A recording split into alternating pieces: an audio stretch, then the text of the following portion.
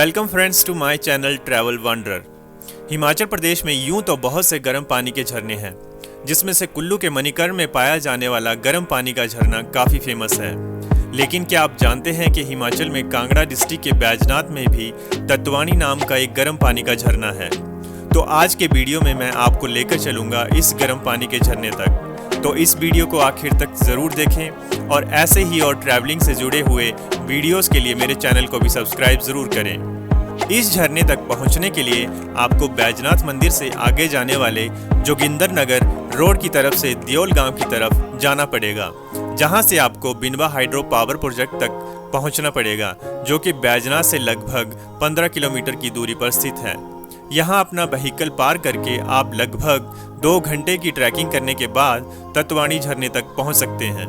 Binwa hydro power project तक पहुंचने वाली सड़क ऑलमोस्ट पक्की हो चुकी है और लगभग लास्ट के 2-3 किलोमीटर में ही सड़क को पक्का करने का काम चल रहा है, जिससे आने वाले समय में यहां पहुंचने के लिए रोड की कनेक्टिविटी भी काफ़ी अच्छी हो जाएगी। हाइड्रो पावर स्टेशन तक पहुंचने के बाद हमने अपनी गाड़ी पार्क करके बिनवा पावर प्लांट को जाने वाले रास्ते के फ्रंट गेट के राइट साइड से इस बड़ी पानी की पाइप के नीचे से जाने वाले रास्ते से तत्वानी को जाने वाले ट्रैक की शुरुआत की। इसी रास्ते से आपको इस प्लांट की पूरी झलक मिलती है, जहां आप देखेंगे कि पावर प्लांट में इलेक्ट्रिसिटी प्रोड्यूस करने के बाद बड़े ट्रांसफार्मर की हेल्प से इलेक्ट्रिसिटी को आगे वायर से नीचे गांव तक पहुंचाया जाता है। यहाँ से थोड़ी दूर चलने पर आपको 2 रास्ते दिखेंगे, जिसमें से एक रास्ता नीचे बिनवा खड्ड की ओर और दूसरा चढ़ाई वाला रास्ता तत्वानी तक जाता है। ट्रैक के रास्ते के साथ साथ बिनवा हाइड्रो प्रोजेक्ट तक पानी पहुंचाने वाली ये बड़ी बड़ी लोहे की पाइप्स भी आपको रास्ते में दिखती रहेंगी। वैसे यहाँ पैदल बिना किसी सामान के भी चढ़ाई का रास्ता तय करना ही काफ़ी कठिन है, तो आप सोच सकते हैं कि किस तरह से इन भारी भरकम पाइप्स को पानी के रिजर्वॉयर तक पहुंचाया गया होगा, जो कि काफ़ी दूरी पर ऊंची पहाड़ी पर बनाया गया है।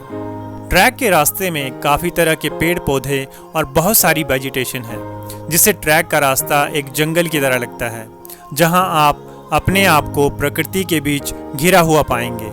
इससे आपको एहसास होगा कि आप शहरी जीवन के शोर से कितने दूर आ गए हैं और आप बाहरी दुनिया से कितने कटे हुए हैं। जहां तक आपकी नज़र जाएगी आपको इस जंगल में हरियाली ही दिखेगी, जिससे आप अगर गर्मियों में भी इस ट्रैक पर आते हैं तो धूप से बचने के लिए आपको पेड़ पौधों की ठंडी छाया काफ़ी हेल्प करेगी, जिससे आप ज़्यादा थकान भी महसूस नहीं करेंगे। ट्रैक में आगे चलने पर आप जब इस जगह पर पहुंचते हैं तो यहाँ से भी आपको 2 रास्ते जाते हुए दिखेंगे, जिसकी पहचान आपको इस लोहे के पोल और सोलर लाइट से हो जाएगी। यहाँ पर जब आप पहुँचेंगे तो आप काफ़ी ऊंचाई पर पहुँच चुके होंगे, जिससे पहाड़ी के नीचे देखने से आपको हाइड्रो पावर की झलक दिखेगी, जहाँ से हमने इस ट्रैक की शुरुआत की थी। अब यहाँ से हमने नीचे जाने वाला रास्ता सेलेक्ट किया, जो कि आगे जाकर बिनवा खड्ड के साथ साथ चलेगा। यहाँ फिर से आपको पाइपलाइन दिखाई देगी और आप देखेंगे किस तरह से पहाड़ी से नीचे पाइपलाइन को बिनवा खड्ड के ऊपर से एक लोहे का पुल बनाकर खड्ड के एक छोर से दूसरे छोर तक पहुंचाया गया है। इस पुल के पास हमें तत्वानी से वापस जाते हुए कुछ लड़के मिले, जिससे हमें सही रास्ते का अंदाज़ा हो गया और उनसे हमने आगे की दूरी के बारे में भी पूछा, तो उन्होंने बताया कि लगभग आगे 15-20 मिनट का रास्ता ही बचा हुआ है, क्योंकि यहाँ पर जंगल की वजह से ये अंदाज़ा लगाना मुश्किल हो जाता है कि हमारा डेस्टिनेशन कितनी दूरी पर है। यहाँ आगे कुछ दूरी पर साइलेंट हिल नाम का कैफ़े भी था, जो कि बंद पड़ा था।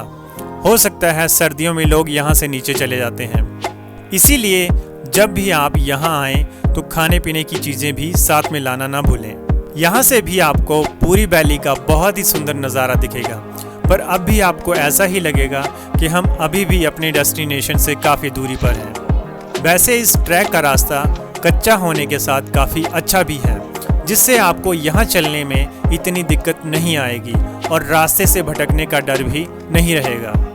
मैं भी इस ट्रैक में अब पहली बार अपनी वाइफ, बेटे और फ्रेंड के साथ आया हूँ, तो मेरे लिए भी ये रास्ता नया ही है। आप भी चाहें तो अपनी फैमिली और फ्रेंड्स के साथ यहाँ पहुँच सकते हैं, क्योंकि जब आप खुद ऐसी जगह को एक्सप्लोर करेंगे तभी आपको यहाँ के नेचुरल व्यूज़ का अंदाज़ा हो पाएगा। यहाँ पर कुछ दूरी तक चढ़ाई चढ़ने के बाद थोड़ी सी उतराई के बाद हमें महसूस हुआ कि कुछ ही दूरी पर विंडवा खड्ड के साथ कुछ बिल्डिंग्स बनी हुई हैं, जो कि हमारे ट्रैक का आखिरी पड़ाव था। सो फाइनली हम अपने डेस्टिनेशन से कुछ ही दूरी पर थे। यहाँ पर इस पाइप से पीने का पानी भी अवेलेबल था। वैसे इस ट्रैक में हमें पानी की इतनी कमी महसूस नहीं हुई जैसा कि आदि हिमानी चामुंडा ट्रैक में हुई थी। अगर आपने वो वीडियो नहीं देखा तो एक बार उसको भी ज़रूर देखें। जैसे ही हम यहाँ पहुँचे तो यहाँ पर देखा कि यहाँ कुछ पत्थर से बनी हुई मूर्तियाँ रखी हुई थी और साथ में ही भगवान शिव को समर्पित मंदिर भी बनाया गया है, जहाँ से ठीक नीचे देखने पर आपको बिनवा खड्ड के पत्थरों के बीच से बहने वाले गर्म पानी से उठती हुई भाप दिखेगी। यहाँ आप चाहें तो कैंपिंग के लिए भी रुक सकते हैं, तो आप पहले से ही कैंपिंग के लिए ज़रूरी सामान ट्रैकिंग शुरू करने से पहले ही अपने साथ लेकर चलें। 2 घंटे की लंबी यात्रा के बाद हम आखिरकार तत्वाणी गर्म पानी के झरने तक पहुंच गए। ये बिनवा खड्ड के साथ साथ बहने वाली गर्म पानी की एक धारा है। यहाँ जो आप कलर किए हुए पत्थर देख रहे हैं, यहीं से इस गर्म पानी की धारा का उद्गम होता है, जिसे आगे पक्की नालियों से एक पुल तक पहुंचाया गया है। इस झरने का स्थानीय लोगों में धार्मिक महत्व है।